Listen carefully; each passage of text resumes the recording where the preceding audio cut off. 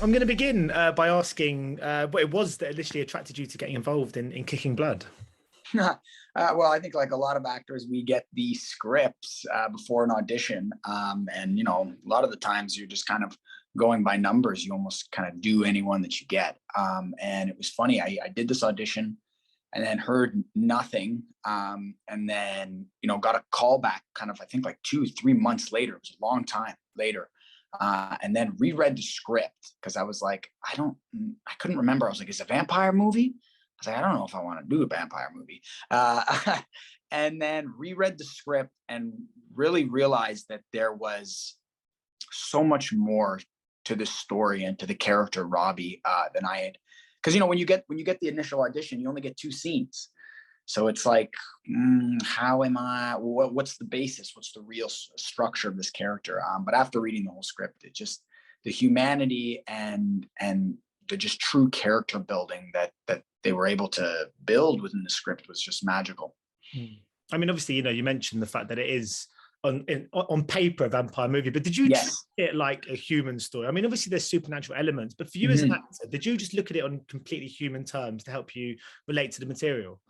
I think so. I think that a lot of the stuff that at least that Robbie dealt with was very, it was internal in both of his heart and his mind. And there was a lot to dive in there. And I think there's a couple funny moments within the script itself where, one of his characters says, like, I say, I'm living on a vampire's couch or something like that. And she goes, like, an emotional vampire. And it's like, yeah, like, sure. Like, there's no, yeah, okay, sure. So I think you hit it right on the head. Regardless of the fact that they are sucking blood to stay alive, they're human. Like, they're not human, but you know what I mean? The struggles that they still feel, the struggles that Anna feels on paper are human emotions. And I think that that was almost really the only way to dive into it. Yeah. Yeah, I mean, and obviously, there's themes like alcoholism are so important in this and to your character. How much research do you have to do when it comes to tackling something like that, which is obviously quite a sensitive ground to some? Yeah, I think, it's kind of a dream of any actor when you get a character. I've been fortunate to work a lot, and a lot of my characters are high school students. There's not much, research going involved into playing a high school jock. But no, there was tons of material. And I think I really absorbed myself in the mental struggle of alcoholism that I don't think is really talked about enough. It's not just, I'm addicted to alcohol. Your mind and your body connects neural pathways that don't allow you to stop drinking. And I think there was just so much interesting facts there that I just really dove into. I had so many books lining my shelves and lining my trunk of my car that my family actually like thought I had a problem. Like, they were like, why is he reading like Alcoholic Anonymous, like how to recover from alcoholism books, and being like, it's a movie, guys, like, just calm down. Okay. So no, there's lots of great content to pull from.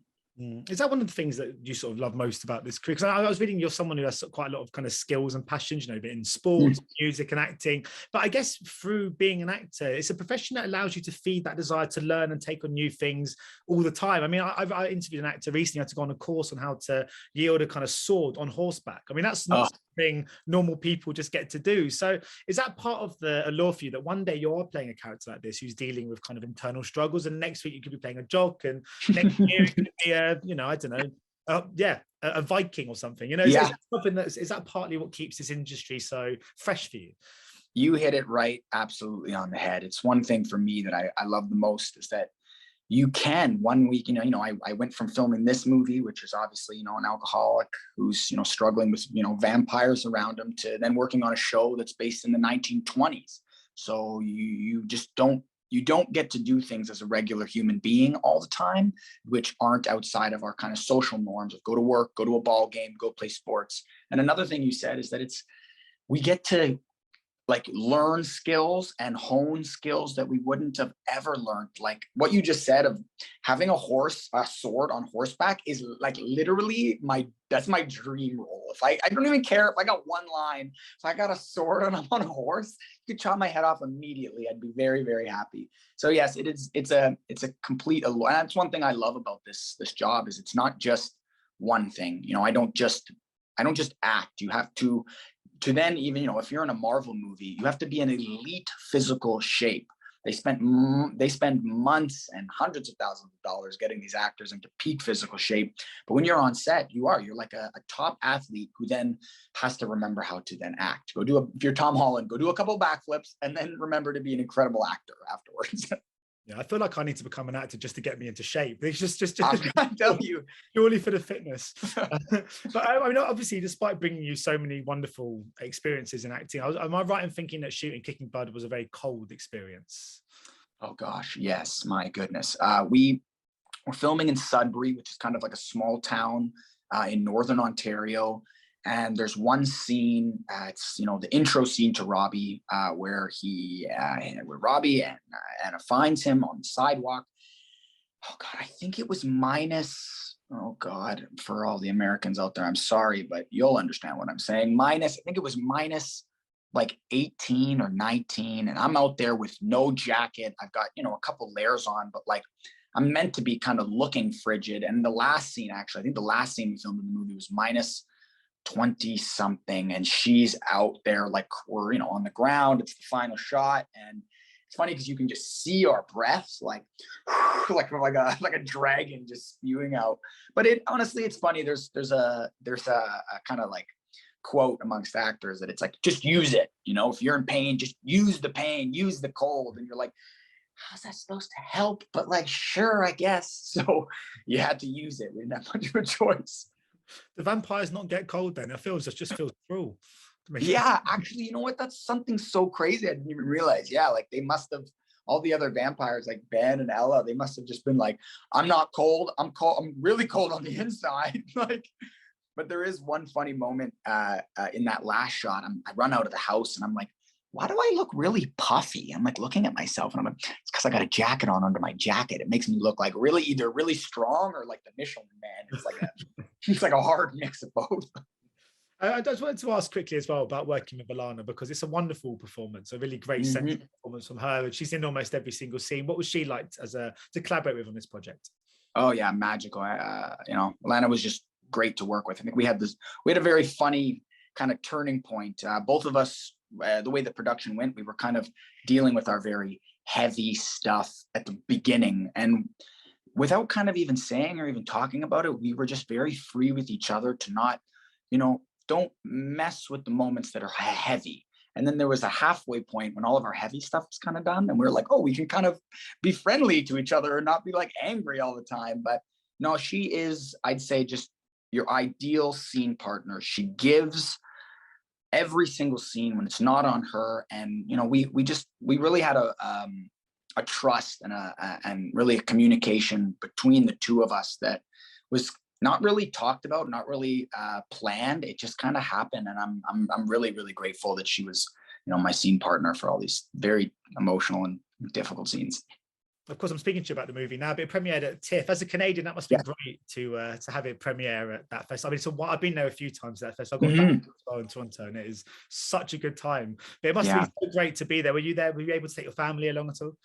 I was. I think at this point, the COVID protocols, I'm pretty sure, had opened up pretty well. So we were able to it was half capacity screening for the theater, which is honestly, we were just fortunate enough that we were able to get people in. But yeah, it was my second movie at TIFF, first one, like, you know, leading. But it was incredible. It's just nice to see the look. Like, my sister is I've got three sisters. My youngest sister, I'm like the biggest fans, you know, like getting to see her face watch me on screen. I'm like, I don't even care that I'm on screen. I like just watching you watch me. It was really cool. Well, I'm all about anything Canadian. I'm watching Schitt's Creek at the moment. I'm really behind the times, and I'm you're a little bit behind. Just a little bit. I always do that, but I'm just at the end of season 4. So at the moment, I'm just like anything Canadian. I'm there. I'm invested. You'd probably like Letterkenny then.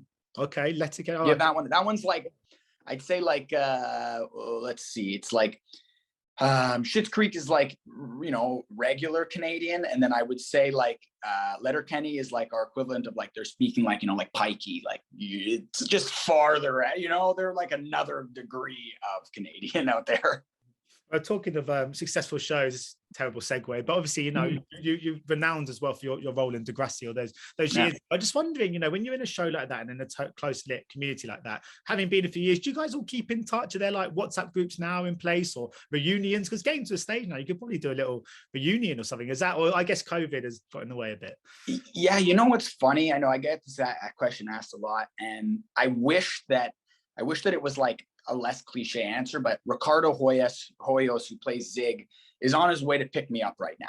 Like, when I'm done all these interviews, we're gonna go hang out. We're gonna hang out. Jacob Nyam, who played Mo, again, I'm here in LA right now, and a bunch of people are out in LA. But honestly, I'd say about 80% of the people that I've had like all of my scenes with, I'm still in very close contact with. Sarah Fisher, who played Becky, I'm gonna see her this weekend. So yes, we see each other. We're still a very tight knit, honestly, family.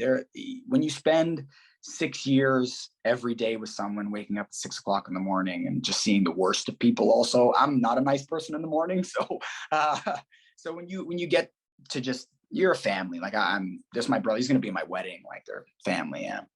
It's nice to hear that, because I asked someone that same sort of question recently about another show, and I said, touch, and they were just like, no, and I was like, oh man, my heart. But you know what? It's hard because a lot as you get older, you start to divide work and life, and I think we entered this show at a pivotal age of, I was 15 years old. So I was going through high school. I wasn't even really in high school at the time. All my high school experiences is literally living Degrassi proper. So yeah, a lot of the times there's lots of shows. It's a rarity that almost all of the cast gels and vibes and gets along. It's what it felt like on this show as well.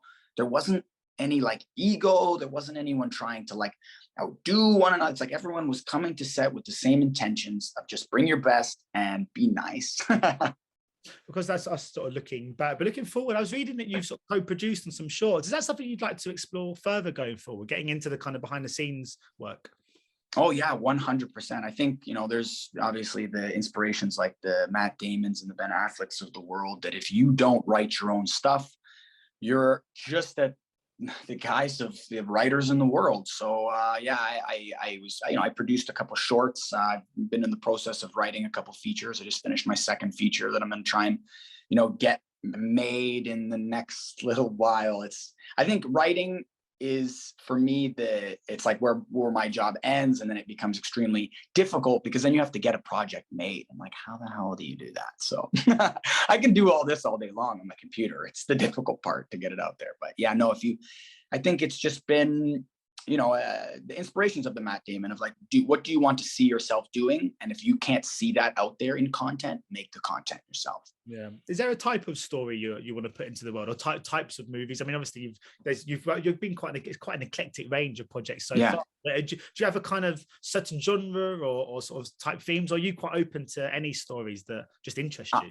Yeah, I'm open to anything that I think has character development and character building. That's of course one thing about this project that just stuck out to me right off the jump. But I think other than that, again, if I'm on a horse with a sword, I could care less about the character. If the character's there, sure. But this is why you're producing, isn't it? Just so you can make sure you get that role on a horse with a sword. Yeah. But like, actually, it's not even a joke. Like, yes, exactly that. Like, I'm on a horse.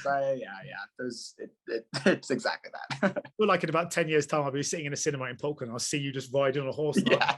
Leonardo DiCaprio meme when he's got the I'll be like, I knew it. He did it.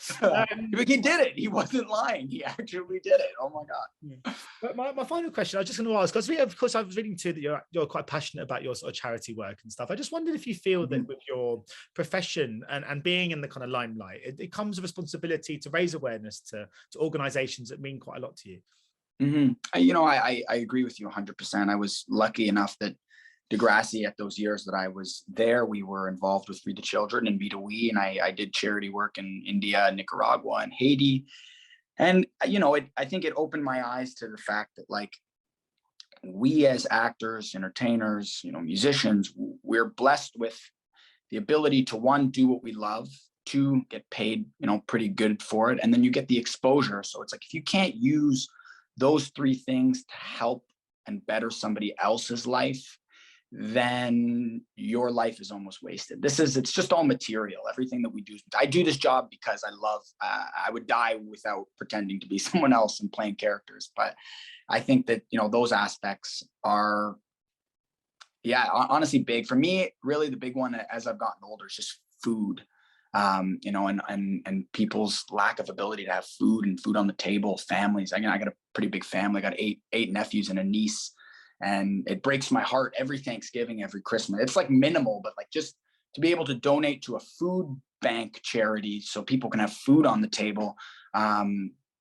There's a great charity called Bread of Life I think it's maybe just in Ontario, but it's like for every $1 you donate, they double the dollar. So it's $1 a meal. So if you do $1, you're getting a meal for 2 people. It's almost kind of like a no-brainer if you have the ability. So as my career grows, that's definitely something that I want to start my own kind of food-based charity. It's hard because it's like you have companies like that do it so well already. So it's like, is it on me to start my own or to just donate to a company that's already, doing it? But I know it's very important. Yeah. Well, no, lovely note. Thank you so much for your time today, Luke. It's been Thank you. Appreciate it. And I'm sure maybe when you're on horseback with us, whatever that movie is, we'll catch up there. I like it. We're putting it out there. It's in the universe now. It's in the universe.